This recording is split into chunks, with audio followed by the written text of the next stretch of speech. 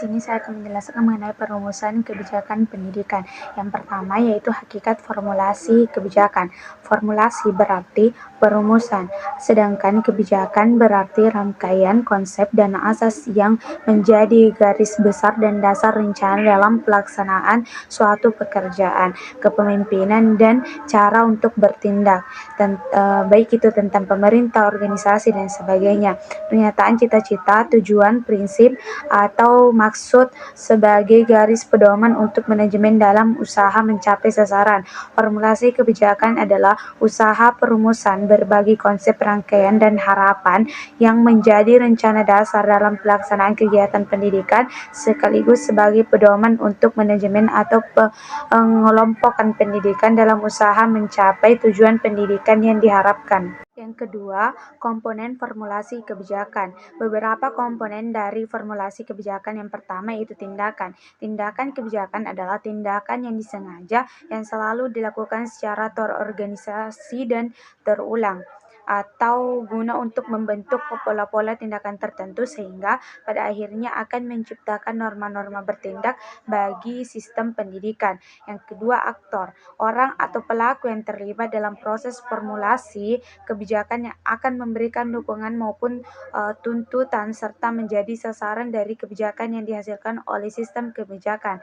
Aktor yang paling dominan dalam tahap perumusan kebijakan dengan tuntutan yang bersifat atau internal dalam artian mempunyai kekuasaan atau wewenang untuk menemukan isi dan memberikan legitimasi terhadap perumusan kebijakan tersebut disebut pembuat kebijakan oleh policy maker.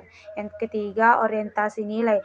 Proses formulasi kebijakan pada prinsipnya berhubungan dengan proses mengidentifikasi dan menganalisis nilai-nilai yang beraneka ragam, kemudian menentukan nilai-nilai yang relevan dengan kepentingan masyarakat sehingga setiap kebijakan yang dihasilkan akan mempunyai implikasi nilai baik secara implisit maupun eksplisit. Ketiga, proses formulasi kebijakan pendidikan. Yang pertama, perumusan masalah kebijakan. Kegiatan ini merupakan upaya untuk menentukan identitas masalah kebijakan dengan terlebih dahulu mengerti dan memahami sifat dari masalah tersebut sehingga akan mempermudah dalam menentukan sifat proses perumusan kebijakan.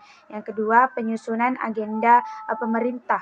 Oleh karena itu, masalah publik yang telah diidentifikasi begitu banyak jumlahnya, maka para pembuat keputusan akan memilih dan menentukan problem mana yang seharusnya memperoleh prioritas utama untuk diperhatikan secara serius dan aktif sehingga biasanya agenda pemerintah ini mempunyai sifat yang khas, lebih konkret dan terbatas jumlahnya. Yang ketiga, perumusan usulan kebijakan. Tahap ini merupakan kegiatan menyusun dan mengembangkan serangkaian tindakan yang perlu untuk memecahkan masalah, meliputi yang pertama, identifikasi alternatif dilakukan untuk kepentingan pemecahan masalah.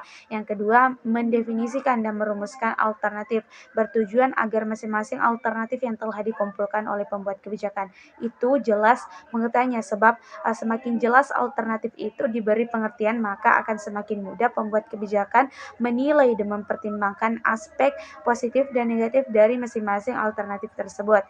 Yang ketiga, menilai alternatif, yakni kegiatan pemberian bobot pada setiap alternatif sehingga jelas bahwa setiap alternatif mempunyai nilai bobot, kebaikan, dan kekurangannya masing-masing. Yang keempat, memiliki alternatif yang memuaskan. Proses pemilihan alternatif yang memuaskan atau yang paling memungkinkan untuk dilaksanakan barulah dapat dilakukan setelah pembuatan kebijakan berhasil dalam melakukan penilaian terhadap alternatif kebijakan. Yang terakhir dalam proses formulasi kebijakan pendidikan yaitu pengesahan kebijakan. Sebagai suatu proses kolektif, pengesahan kebijakan merupakan proses penyesuaian dan penerimaan secara bersama terhadap prinsip-prinsip yang diakui dan diterima. Yang landasan utama untuk melakukan pengesahan adalah variabel-variabel sosial seperti sistem nilai masyarakat, ideologi negara, sistem politik, dan sebagainya.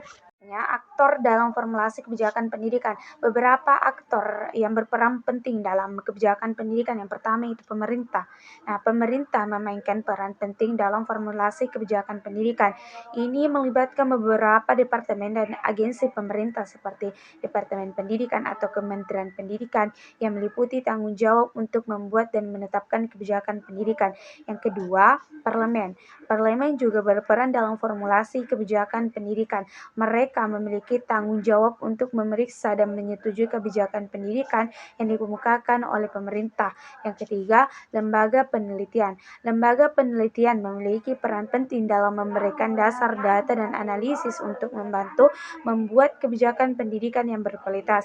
Yang terakhir, aktor yang berperan penting dalam kebijakan pendidikan itu masyarakat. Nah, masyarakat memiliki peran penting dalam formulasi kebijakan pendidikan karena mereka memiliki aspirasi dan kebutuhan terhadap sistem pendidikan dan memiliki hak untuk berpartisipasi dalam proses pembuatan kebijakan. Wah, itulah tadi materi yang sempat saya sampaikan. Saya akhiri dengan ucapan wallahul muwaffiq ila aqwamit thoriq. Wassalamualaikum warahmatullahi wabarakatuh. Dan saya meminta maaf apabila ada kesalahan.